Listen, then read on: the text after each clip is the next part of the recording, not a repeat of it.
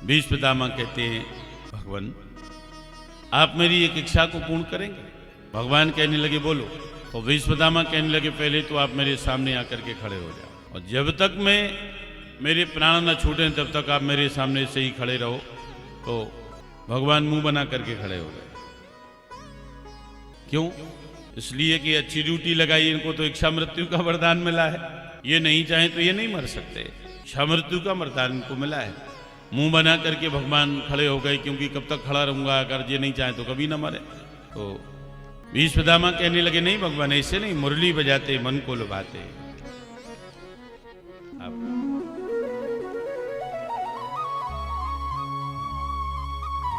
क्योंकि आपका स्वरूप इतना सुंदर है, मुरली बजाते मन को लुभाते मेरे मन के मेरे सामने खड़े होइए।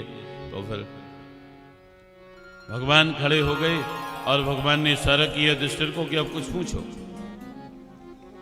युधिष्ठिर जी ने संकोच किया तो भगवान भीष्म पितामह से कहने लगे, पितामह ये पांडव राजा बन गए हैं और आपके जीवन का जो लंबा अनुभव है उससे इनका मार्ग प्रशस्त कीजिए, मार्ग प्रशस्त कीजिए। कहा ठीक है गोपाल, बढ़ाई देना तो कोई आपसे सीखे, मैं तुम्हारे सामने इनको क्या ज्ञान दूंगा, लेकिन आप कहते हैं तो मैं इनको ज्ञान जरूर दूंगा। तो उन्होंने क्या ज्ञान दिया देखो आप। बोलो वृंदावन बिहारी लाल की जय। मैं इनके सामने क्या ज्ञान दूंगा आप, लेकिन फिर भी जब आप कहते हैं तो मैं इनको ज्ञान जरूर दूंगा। भीष्म पितामह ने जो ज्ञान दिया है बड़ा अद्वितीय ज्ञान, बड़े ध्यान से सुनना, इसे भीष्म गीता कहते हैं। ये ग्रस्तों के लिए बड़ी उपयोगी है ये बातें। भीष्म पितामह ने जो ज्ञान दिया है मरते समय कहते हैं, दान धर्मान राज धर्मान मोक्ष धर्मान विभाग सा। दान धर्मान राज धर्मान मोक्ष धर्मान विभाग सा। वो कहते हैं ग्रस्त व्यक्ति को कभी आलसी नहीं होना चाहिए, ज्यादा से ज्यादा श्रम करो, मेहनत करके खूब धन कमाओ, लेकिन जितना धन आप कमाते हैं उसमें से 10% का दान करना चाहिए। दान करने से ही धन की शुद्धि होती है। दानम भोगो ना शास्त्रो गतियो भवंती वित्तय सियो न ददाति भुक्त तत्सतृतीया गतिर भवत। धन 3 प्रकार से जाता है, दान भोग नाश। ये धन के जाने की 3 गतियां हैं। जो उसका न दान करता है न उपभोग करता है तस्य तृतीया गतिर भवती, उसके धन की तीसरी गति होती है। तीसरी गति क्या है? धन का नाश हो जाता है। नंबर 1 की पूंजी बनाने के लिए हम सरकार को टैक्स पे करते हैं ना। और वास्तव में ईमानदारी से हमारी जितनी इनकम है, हम ईमानदारी से टैक्स पे करेंगे तो हम निश्चिंत होकर के सोते हैं, कोई भय नहीं रहता हमें छापा पड़ने का। और अगर हम ईमानदारी से टैक्स पे न करते हैं तो फिर हमें भय बना रहता है कहीं छापा न पड़ जाए। साहब अध्यात्म में भी यही है, यदि आप धन कमाएंगे वो 10% का दान करेंगे तो जो बची हुई जो पूंजी है वो नंबर 1 की पूंजी होगी। उसको न चोर चुरा सकता है, न वो धन कभी नष्ट नहीं हो सकता, न बीमारी में लगेगा वो धन, यदि आप दान करते रहें। दान का मतलब ये नहीं है कि हम भागवत ही करवाएं या किसी मंदिर में ही दान दें, नहीं। दान का मतलब है आप किसी गरीब की कन्या का कन्यादान कर दीजिए, इससे बड़ा कोई धर्म नहीं। किसी बीमार व्यक्ति की चिकित्सा करवा दीजिए, इससे बड़ा कोई धर्म नहीं। किसी व्यक्ति की समस्या का समाधान यदि आपसे हो सकता है कर दीजिए। आंखों के आंसुओं को पोंछ लेना ये भी बहुत बड़ा धर्म है, दान है। कुएं में कितना भी अथाह जल भरा हो, जब तक आप उसका उपयोग करते रहेंगे वो जल पीने के योग्य बना रहता है। 1-2 साल के लिए यदि आप उस जल का उपयोग करना बंद कर दो और फिर जल 2 साल के बाद में उसको एक का जल निकाल करके आप गिलास में भर करके अपने मुंह के तरफ ले जाओ, इतनी दुर्गंध मारेगा कि वो पीने योग्य नहीं रहेगा। इसलिए दान करते रहो।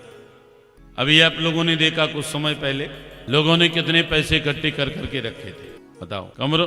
नोटों के कमरे भर भर के रखे थे, इतना पैसा इकट्ठा कर करके रखा था और पता ही नहीं चला, एक रात में ही सारा धन कागज हो गया। क्यों भाई? सारा धन कागज हो गया। फिर लोग उन नोटों को कहीं नदियों में डाल देते, कहीं नहरों में बहा देते, कहीं कुएं में डाल देते। ये स्थिति हो गई नोटों की, बड़े बड़े नोटों की। मोदी जी ने सोचा था विदेशों का काला धन वापस आ जाएगा। अब विदेशों का काला धन वापस आया या नहीं ये तो मैं नहीं कह सकता, लेकिन माताओं का जो काला धन था वो जरूर बाहर आ गया। क्यों भाई? दाल के डिब्बे में, चावल के डिब्बे में 1-1 हजार के जो खरे खरे नोट रखे थे, किसी को कोई पता नहीं था कि कितना धन बाहर आया माताओं का, वो सब निकल कर।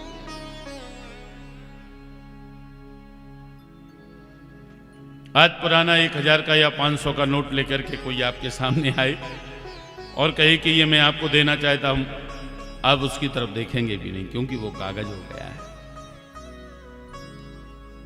पता ही नहीं चलता। इसलिए धन कमाओ, अच्छी बात है, ग्रस्त व्यक्ति को आलसी नहीं होना चाहिए, ज्यादा से ज्यादा खूब धन कमाना चाहिए, और जितना धन आप कमाते हैं उसमें से 10% का दान। विधान तो यही है।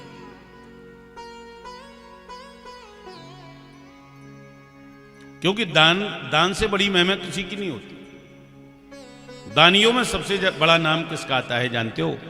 दानियों में सबसे बड़ा नाम आता है कर्ण का। कर्ण को महादानी कहा गया है। कर्ण के यहां से कभी कोई निराश होकर के नहीं गया है। इसीलिए भगवान जब कर्ण के प्राण निकले हैं तो भगवान की आंखों से आंसू गिरे थे, भगवान रोए थे। कर्ण के मरने पर भगवान कभी नहीं रोए,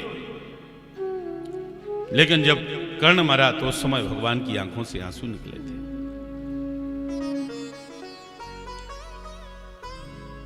जिस समय कर्ण के रथ का पहिया जब जमीन में धंस गया, उसे वो निकाल रहा था, अर्जुन ने उसी समय उसके ऊपर प्रहार किया। उसके मुंह से चीख निकल पड़ी। जैसे ही चीख निकली तो भगवान रोने लगे, भगवान की आंखों से आंसू निकले। अर्जुन ने जैसे ही भगवान को देखा तो कहने लगे, केशव आपको तो खुश होना चाहिए, ये हमारा शत्रु है, आतताई है, और आप इसके मरने पर आपको खुश होना चाहिए, आपकी आंखों से आंसू क्यों निकल रहे हैं? कहने लगे, अर्जुन मेरी आंखों से आंसू इसलिए निकल रहे हैं क्योंकि आज इस पृथ्वी से बहुत बड़े दानी का अंत हो रहा है, इससे बड़ा कोई दानी नहीं। यदि तुम इसकी परीक्षा करना चाहते हो तो आज भी जाओ इसके पास और इससे कहना ब्राह्मण बन के जाना, और इससे कहना कि मैं गरीब ब्राह्मण हूं, मेरी बेटी सयानी हो गई है और मैं अपनी बेटी का पाणी ग्रहण संस्कार करना चाहता हूं, उसके लिए धन की जरूरत है, महाराज कर्ण हमें दान में कुछ दे दो। वो कही, अब मेरे पास कुछ नहीं, अब तो मैं मर रहा हूं। तो उसे याद दिलाना कि तुम्हारा एक दांत सोने का है, कहना कि तुम्हारा एक दांत सोने का, उसे तोड़ करके दे दो, उसी से हमारी उसकी जरूरत पूरी हो जाएगी। तो वो दांत भी तोड़ के दे दे। अच्छा, भगवान भी गए हैं, अर्जुन भी गए, ब्राह्मण का वेश बना करके उसके सामने। कर्ण अंतिम सांसें गिन रहा था। अर्जुन ने ब्राह्मण बनकर के उससे कहा कि हे महाराज कर्ण, मैंने आपका बड़ा नाम सुना है, आप बड़े दानी हैं, मेरी बेटी सयानी हो गई है, आज दहेज प्रथा सुरसा की तरह मुंह बाए हुए खड़ी है, लड़के वालों को जितना ज्यादा धन दे दो उन्हें उतना ही कम लगता है, बेटी के विवाह में बहुत पैसा खर्च होता है महाराज, मेरे पास धन की व्यवस्था नहीं है, गरीब ब्राह्मण हूं, आशा लेकर के आया हूं, आप हमें कुछ दान में दे दो, इससे हमारी बेटी का विवाह। कर्ण की आंखों में आंसू आ गए, रोने लगा, कहने लगा महाराज अब मैं आपकी मदद नहीं कर सकता। तो कहा रो क्यों रहे हो? रो इसलिए रहा हूं क्योंकि आज तक मैंने कभी भी अपने यहां से किसी को निराश नहीं किया है, आज पहली बार तुमको निराश कर रहा हूं, खाली हाथ लौटा रहा। ब्राह्मण बने अर्जुन कहते हैं महाराज आप ऐसा क्यों बोल रहे हैं कि मेरे पास कुछ नहीं, अभी तो है आपके पास, क्या आपका एक दांत जो है वो सोने का है, आप उसे ही तोड़ के मुझे दे दो, उससे ही हमारी व्यवस्था हो जाएगी। जैसे ही अर्जुन ने यह कहा तो कर्ण का चेहरा प्रसन्न, हे ब्राह्मण देवता तुमने ठीक कहा, मेरा एक दांत सोने का है, मुझे याद आया, अब मैं वही सोने का दांत तुम्हें तोड़ करके देता हूं। पत्थर उठा करके जैसे ही तोड़ने लगा भगवान वहां प्रकट हो। अर्जुन देखा ऐसा दानी, अपना दांत भी तोड़ करके तुमको दे।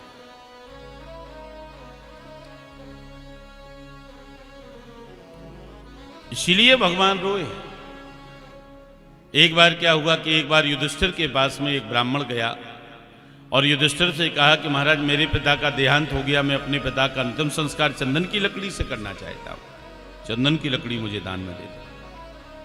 महाराज युधिष्ठिर ने कहा कि देखो मेरे यहाँ लकड़ी की कोई कमी नहीं है, लेकिन लकड़ी खुले में पड़ी है, गीली है। उस गीली लकड़ी से तुम्हारे पिता का अंतिम संस्कार कैसे होगा? हो ही नहीं सकता, मजबूर हो। ब्राह्मण निराश होकर के गया, वो कहां पहुंचा? कर्ण के पास पहुंचा और कर्ण से कहने लगा महाराज, हल्का सा थोड़ा, कर्ण के पास पहुंचा और कहने लगा महाराज कर्ण, मैं गरीब ब्राह्मण हूं, मेरे पिता का देहांत हो गया, मैं अपने पिता का अंतिम संस्कार चंदन की लकड़ी से करना चाहता हूं, आप चंदन की लकड़ी मुझे दान में दे दो। तो कर्ण की यहां भी वही स्थिति जो युधिष्ठिर के यहां थी। कई दिनों से लगातार बारिश हो रही, लकड़ी खुली में पड़ी, गीली है। कर्ण ने सोचा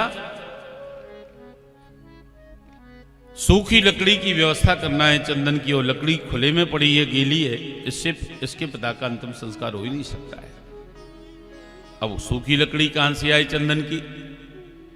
तो कर्ण जिस सिंहासन के ऊपर बैठा था, राज सिंहासन के ऊपर, वो चंदन की लकड़ी का बना हुआ था। एक तरफ खड़ा हुआ, अपने मंत्रियों से कहा मंत्रियों ये जो मेरा राज सिंहासन है ये चंदन की लकड़ी का बना हुआ है, इसकी लकड़ी तोड़ करके, इसे तोड़ करके इसकी लकड़ी इस ब्राह्मण को दान में दे दो, इसके पिता का अंतिम संस्कार चंदन की लकड़ी से हो जाएगा। ऐसा दानी कोई हुआ है? महादानी कर्ण, इसलिए सबसे आगे नाम आता है। और हमारे देश की ये संस्कृति जो है अर्पण तर्पण और समर्पण की संस्कृति है। इसलिए मैं कहा करता हूं कि आपके यहां कोई मांगने वाला आए तो उसे कभी निराश मत करना, उसे कुछ ना कुछ देना। ठाकुर ने आपको इसके योग्य बनाया है तो देना। अपने घर से कभी किसी को खाली मत भेजना, खाली हाथ मत भेजना। एक बार क्या हुआ कि एक जगह 3 संत भिक्षा के लिए गए। उनमें एक गुरु था, 2 शिष्य थे, 2 चेले थे। वो घर से क्या करते थे, किसी के घर जाते थे तो वो फिर 2 मुट्ठी आटा मांगते थे, इससे ज्यादा कुछ नहीं मांगते। और शाम को टिक्कड़ बना करके भगवान का भोग लगा के पाते थे।